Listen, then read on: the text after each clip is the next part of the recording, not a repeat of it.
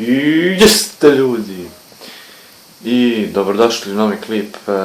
Nisam snimao duže vreme, bilo je 7 mjeseci, mada to i nebitno u ovom trenutku. Mada sad hoću počinjati da snimam i dalje, nastavljam sa snimanjem na mom kanalu Rale.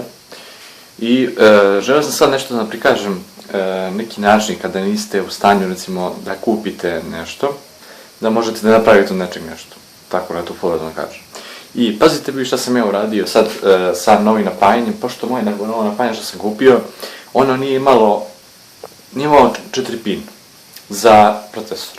I šta sam ja radio, sad ćete vi da vidite ove stvari. Znači, ovdje se nalazi računač, to je kućište moje, naravno. I evo ga u novom napajanju što sam ovdje kupio, ima sve živi, ulaze 8 pin, 2, 6 pin, sve ima, a nema 4 pin. I šta sam se ja setio, ja sam našao od starog, nastavim sad pričam, i ja sam našao od starog neku napajanje, ne znam ja šta je, našao sam kabel 4 pinu, nešto gdje za procesor. I, pošto sam ja saznao, što znam, da Molex, ona dva pipka za Molex daju taj 4 pin.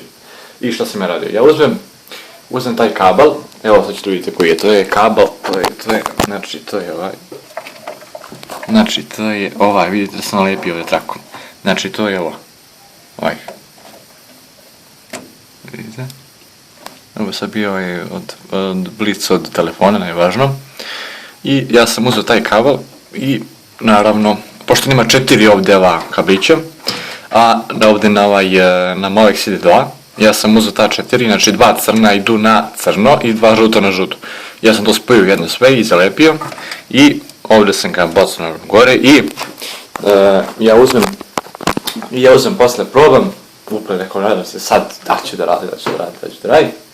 I ja je upali, ovo radi sve kako treba.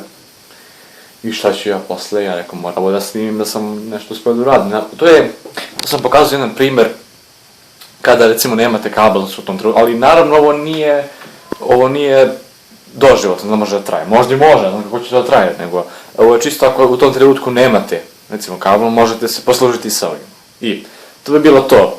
Vidimo se u nekom narednom klipu i čao!